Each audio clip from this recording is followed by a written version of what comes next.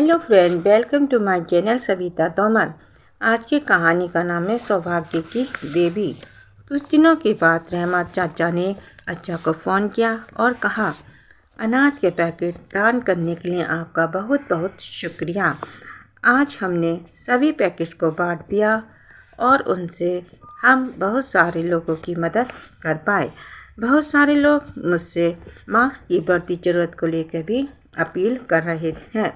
क्या आप उसमें हमारी मदद कर सकते हैं? अगर आप उसमें मेरी कोई मदद कर सकते हैं तो कृपया बताएं। हम आपके यहाँ से उनको लेकर झुग्गी झोपड़ियों में लोगों के बीच में बांट सकते हैं। रहमत, मैं देखता हूँ कि मैं क्या कर सकता हूँ और तुम्हें दोबारा कॉल करता हूँ। अच्छा ने उन्हें आश्वासन देकर फ़ोन रख दिया। उन्होंने अज्जी की ओर देखते हुए कहा, तुम क्या कहती हो? क्या हमारे पास मास्क बनाने का सामान मौजूद है? बेशक मुझे पता है उन्हें कैसे बनाया जाता है, लेकिन उसके लिए मुझे आरामदायक और ऐसा कपड़ा चाहिए जिससे सांस लेना आसान हो। अज्जी ने कहा। अचानक उन्हें याद आया कि मैं कुछ सप्ताह पहले ही बहुत सारी धोती व्रत महोत्सव के दौरान लोगों को बांटने के लिए खरीद कर लाई थी।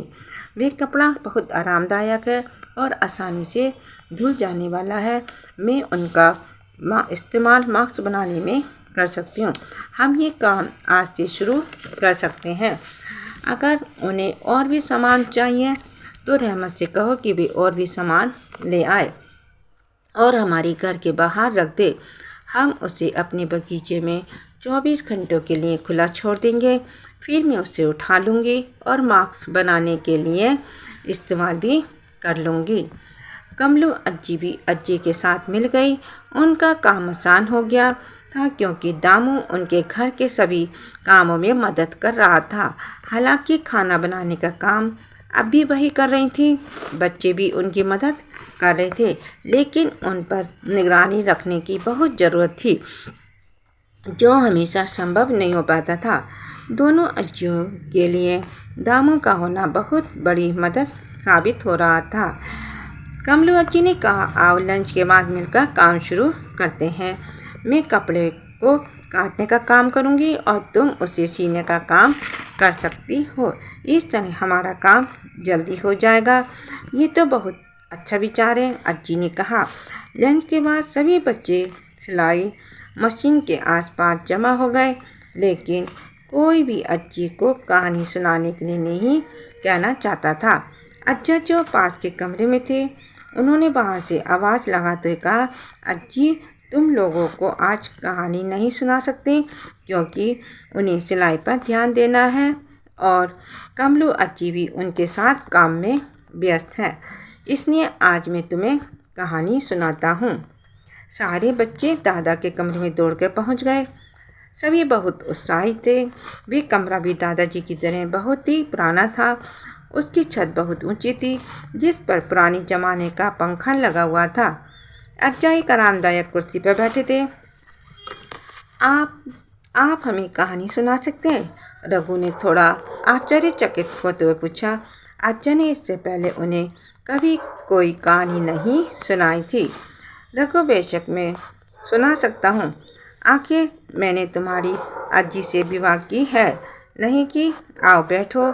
अज्जा ने अपनी पलकें झपकाई। अज्जा जिस कमरे में बैठे थे वे बहुत अच्छा और आरामदायक था।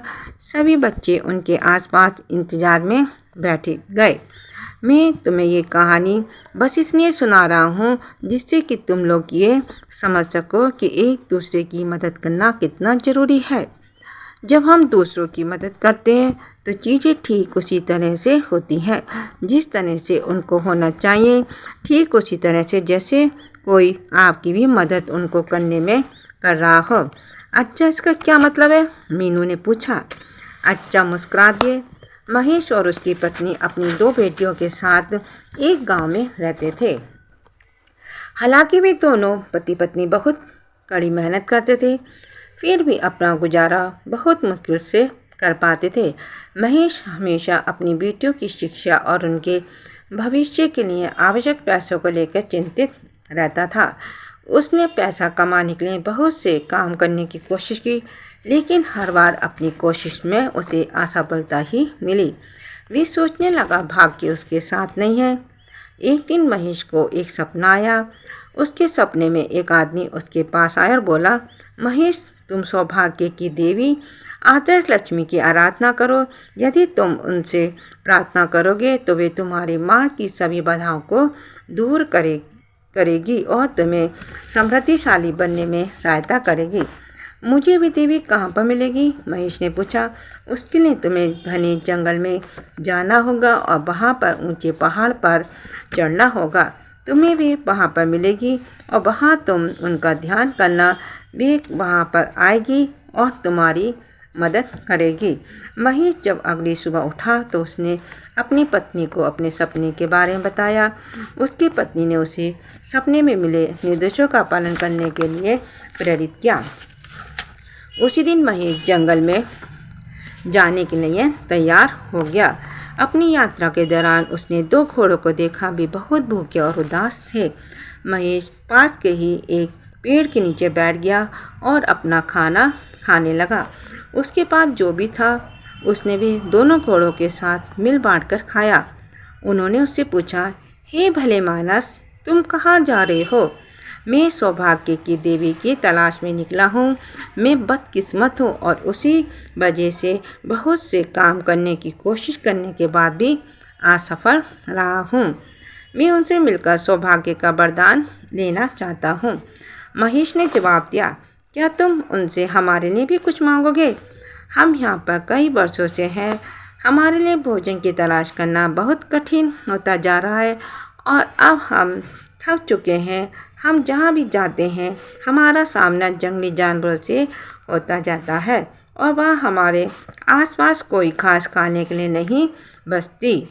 अगर तुम देवी से मिलो तो उनसे पूछना कि हमें कहाँ पर ऐसी धरती मिल सकती है जहाँ हरी भरी घास पर्याप्त मात्रा में हो, जिससे कि हम वहाँ पर चले जाएं। हम बस इतना ही चाहते हैं। महेश ने हाँ में सिर हिलाया। वे घोड़ों की खराब हालत देखकर उदास था। वे लंबे समय तक तब तक चलता रहा जब तक वे लगभग पूरी तरह से सूख चुके आम के पेड़ के पास ना पहुंच गया। महेश उसके नीचे बैठ गया और कुछ समय के लिए वे सो गया। अब वे उठा और वहां से आगे बढ़ने के लिए चलने लगा तो आम के पेड़ ने उनसे पूछा, हे भले मानस, तुम कहाँ जा रहे हो? महेश ने उसे अपने उद्देश्य के बारे में सब कुछ बताया। क्या तुम देवी से मेरे लिए भी कुछ मांग सकते हो? मेरे साथ के सभी पेड़ बहुत ही हरे भरे हैं और बहुत ही रसीले फल देते हैं।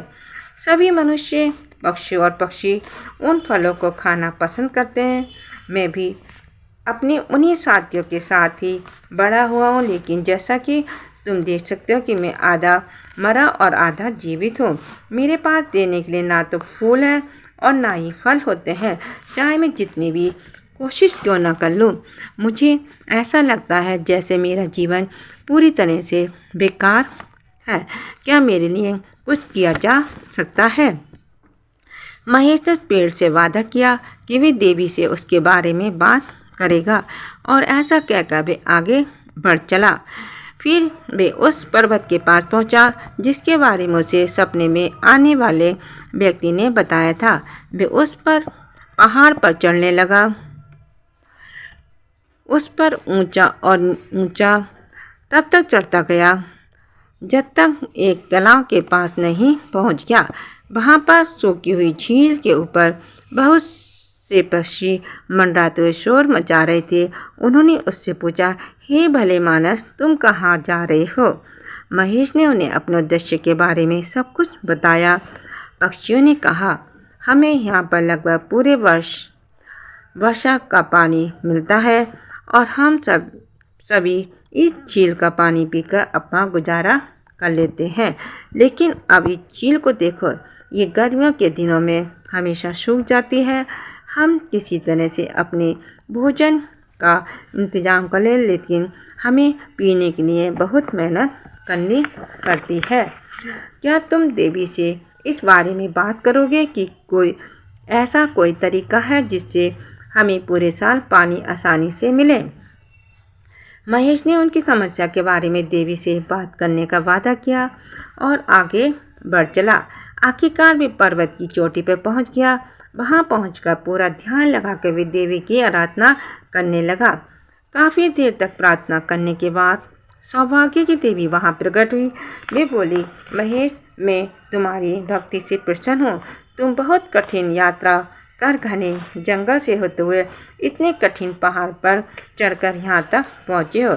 मैं तुम्हें 3 वरदान दे सकती हूँ, मांगो। क्या मांगते हो? अचानक महेश को उन घोड़ों का ख्याल आया जिनके पास खाने के लिए घास नहीं थी।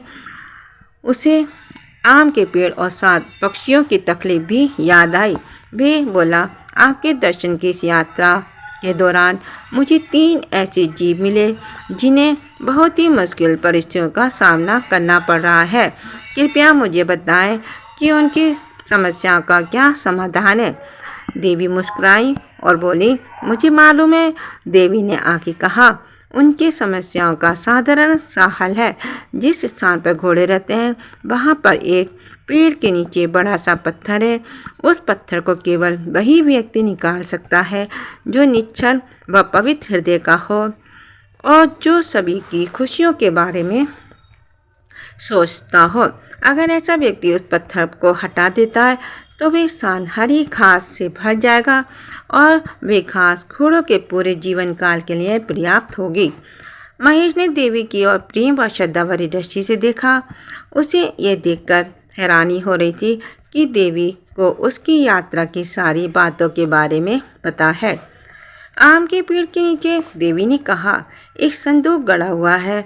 उस संदूक को हटा दो तो फिर आम के पेड़ पर इतने सारे फूल व फल आ जाएंगे जितने कि उसके आसपास के किसी और पेड़ पर नहीं आते होंगे। तालाब के पास एक और संदूक गड़ा हुआ है जहाँ पर पक्षियों का बसेरा है। उस संदूक को वहाँ से निकाल लो तो तालाब में पूरे वर्ष पानी रहेगा। महेश, ये याद रखना कि तुम्हें उन संदूकों को अपने साथ अपने घर ले जाना है और उन्हें अपनी पत्नी के साथ मिलकर खोलना है। महेश इन समाधानों को सुनकर बहुत खुश था।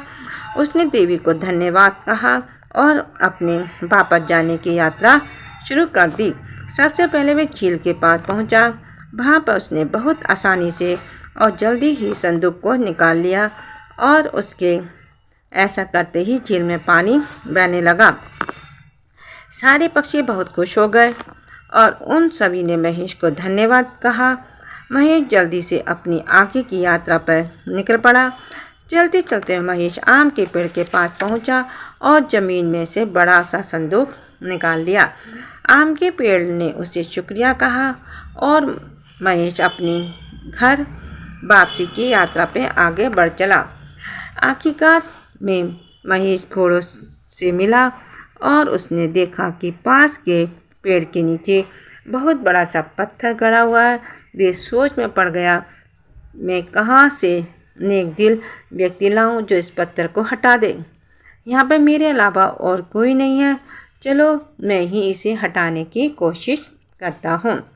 उसे देखकर हैरानी हुई कि वे आसानी से उस पत्थर को हटा पा रहा है। जैसे ही उसने पत्थर को हटाया उसने देखा कि आसपास हरी घास फूट पड़ी। उसने कभी नहीं सोचा था कि वे एक बहुत नेक दिल इंसान है, लेकिन सौभाग्य की देवी जानती थी कि उसने अपने लिए कुछ भी नहीं मांगा था बल्कि सब कुछ दूसरों के लिए ही मांगा था।